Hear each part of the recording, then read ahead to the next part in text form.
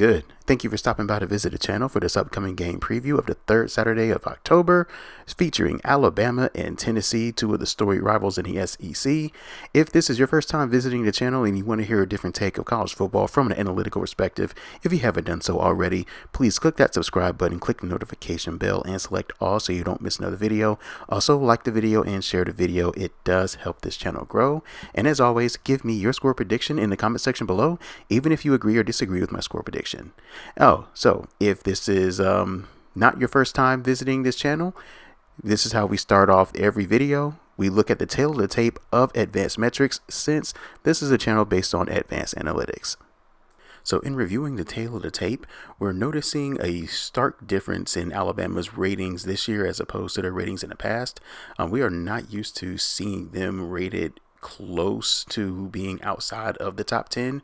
Basically, their offensive rating is dragging down their overall rating quite a bit. The defense has returned to form. They are a very elite bunch. Tennessee's defensive rating will actually get a boost next week, I believe, once the preseason ratings finally get phased out. But the offensive rating of Tennessee has actually taken quite a big of a drop compared to what they were in the preseason as well. When you look under the hood, not under the hood, I'm sorry, but when you look at what we have in the ratings of the face value between offense versus defense, it does lean Alabama as a slight advantage. But when you look a little bit deeper and compare the two teams based on the advanced stats, it's actually going to be quite a different story. In the game against Arkansas, it was really a tale of one quarter. And that was really the second quarter. Alabama in the second quarter practically put together, you could probably say, their best second quarter of the season. They haven't put together a complete four quarters. What they will do is this year is that they will have good first quarter, not so good second quarter, not so good third quarter, and then just do just enough to get by. So I've seen them put together a good first quarter, good second quarter, a good fourth quarter and an okay third quarter, but it's like in separate games of the season. So if this team ever decides to find a way to put it all together, they can be downright scary, as what we saw in the second quarter, where Jalen, Milroe, and the offense were clicking on all cylinders. But by the third quarter and the fourth quarter, as you can see here, it was very disjointed. The Crimson Tide, they're able to finish drives with averaging 6 points per scoring opportunity. Late down, they were very, very good on late down EPA, and also good on early down EPA as well. So this was a solid defensive performance for the most part, but they did have some lapses in the second. I'm sorry, not the second quarter, but in the third and fourth quarter as well. So this game was every bit as the rock fight as the advanced box score shows here. So with Tennessee and Texas A&M, you could see that the defenses stole the show. Both defenses were very disruptive. Tennessee allowed 23% of their runs stopped at or behind the line of scrimmage. They did have a rushing success rate of 41.7% against a really good Texas A&M front, but you can tell they were fighting tooth and nail for every bit of those yards. A&M really, really made them earn it. One of the things that came to my attention was Tennessee's ability to generate scoring opportunities at 58% of the game, but they only averaged 1.86 points per scoring opportunity. You don't need a rocket scientist to know that is not very good if you are averaging less than a field goal per scoring opportunity. I thought they left a lot of money on the table, and this has been a recurring theme for Tennessee, because once they get down in scoring opportunities, it's a stark contrast from last year. Last year, they were able to finish drives at a really exceptional clip. This year, not so much. So they had to earn this W going up against Texas A&M. So in the tail of the tape, I said Alabama's offense has the advantage over the Tennessee defense, but when you look under the hood, it may not turn out to be that way. This is what I'm talking about. When you dive in and you look at the advanced numbers between Alabama's offense and Tennessee's defense, Tennessee has a Tennessee has a pretty big advantage, in my opinion, here. Tennessee's defense has improved dramatically from last year to this year. Last year, they could always stop the run. I thought they were a better team at being able to slow teams down, slow the running game down, but you could have fun against their secondary. They could not stop a nosebleed if you had the ability to pass the ball against them. This year, the pass defense has improved significantly. 23rd in the country in EPA pass defense per game. The matchup here that I think everyone needs to look at is how can Alabama get success on late downs. Tennessee on 3rd and 4th downs, 56 in the country in late down EPA defense, and also they can give up explosive plays as well on their end. Tennessee's 94th in the country in defensive explosiveness, so when they do get misaligned, it usually ends up in a really big play for the other team. And Alabama, one of the best teams in the country in generating explosive plays. A big concern for Alabama is that big red monster offensive sack rate. 132nd in the country in that metric. That is not going to cut it if you are going up against a Tennessee front that is really, really aggressive. Tennessee is 18th in the country in defensive sack rate. This will be the third team in the this will be the third straight team that Alabama's offensive line has faced that has a pass rush that can get after the quarterback. Part of this reasoning is that Jalen Milroe does hold on to the ball longer than anticipated, so he does run into a lot of sacks on his part. So the Tennessee front seven can generate pressure. Stuff rate, 11th in the country in stuff rate, and 6th in the country in defensive line yards. So they are an extremely physical front. Alabama's offensive line is trying to get a little bit better. They're 21st in the country in offensive line yards, but the edge here does go to the Tennessee defensive line here. So when Tennessee has the ball, it is a stark contrast to what they were last year offensively. As the Tennessee defense improved from last year to this year, you can see that the offense has regressed slightly. And mostly it's because the passing offense has taken a dramatic turn. When you go from Hendon Hooker, who was one of the best quarterbacks in the SEC, he was older.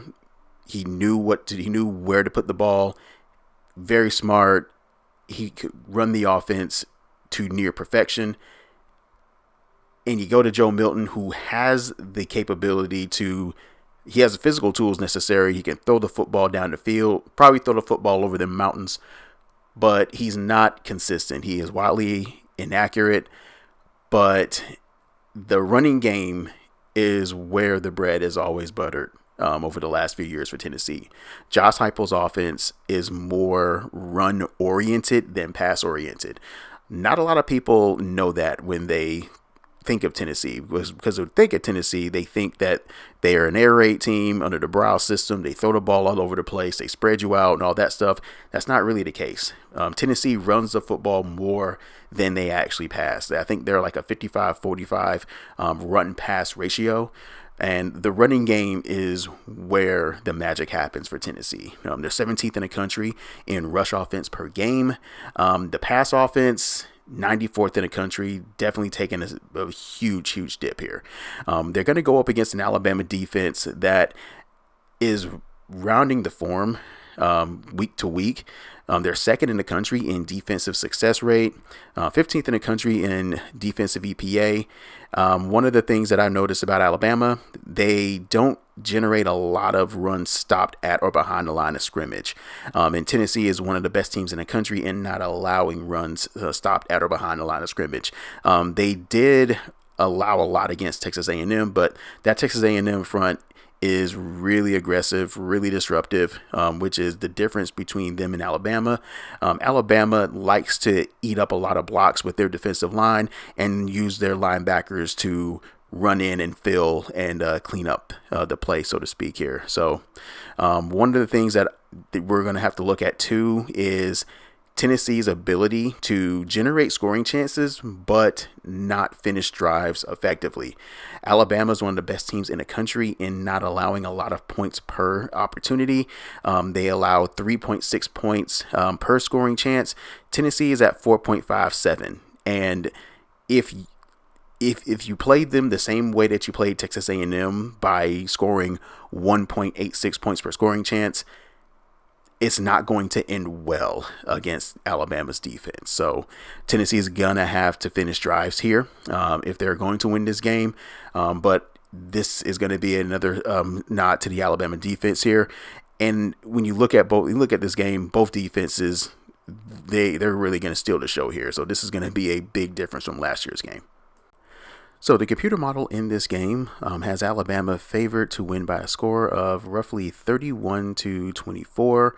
I think that's a little too high as far as the point total for the model, but it's giving Alabama a spread of around 6.5. I think the Vegas line opened at around 10, but it's now slowly dropped down to, I think it dropped down to like 8.5 the time of recording. So when you look at the computer projections, I don't want you to look at what the final score is. I want you to remember what I was talking about when both teams have the ball.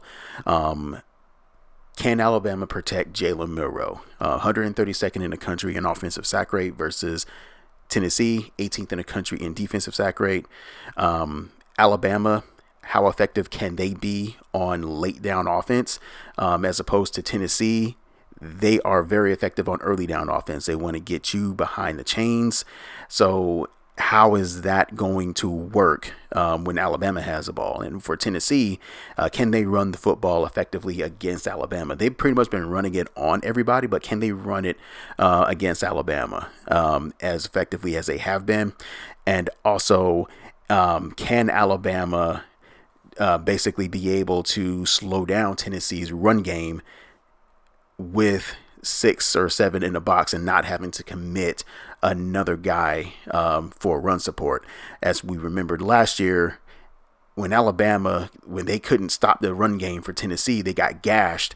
They had to bring another person in the box for support, and that left one-on-one chances all night long. And unfortunately for Alabama, they just could not find a way to adjust in that game. So that's one of the things that I think both fans should look for. The early down defense of Tennessee, the late down offense for Alabama, and Tennessee's running game. How effective can they be? And can they also generate those plays for Joe Milton? Joe Milton, like I said before, Tennessee is 94th in the country in pass offense per game. So can Josh Heupel give him some easy throws to work with against an Alabama defense that is prone to giving up big plays? But Tennessee's point, they're one of the worst teams in the country in generating explosive plays as well. So, yep, that's one of the things I think that we should all look at here. So both teams last year combined for 101 points between the two of them. This year, I think both teams would be lucky if they would combine for 45 points between the two of them. Last year, the defenses could not stop each other. I don't think that's going to be an issue this time around. Both Alabama and Tennessee, very elite on that side of the ball.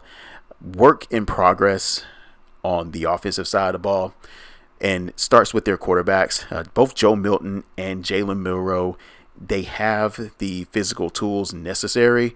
Both have big, strong arms, both athletic. And I think that's going to be one of the big reasons as to why the defenses are going to show up and they're going to show out in this game. This game is going to take a similar turn to how it was, I think, in 2015, where Alabama ended up winning at the last minute or so. I think it was like a 19-14, 19-13 type game where it was an absolute rock fight where both offenses couldn't really get anything going. And if they did get something going, it felt like they needed a big play or two just to just to get down the field, just to punch it into the end zone. And I think that's how this game is going to go. For this game, I'm going to lean. I typically lean to the home team, especially in a game like this where the home team is favored. I do lean towards them, especially if it's like a single-digit game. So in this game, give me Alabama by the score of 24-20. The defense for Alabama and the players from last year's team, I think they feel some type of way about how that game ended last year in Knoxville. Think they're going to come out with a little bit more focus from last week.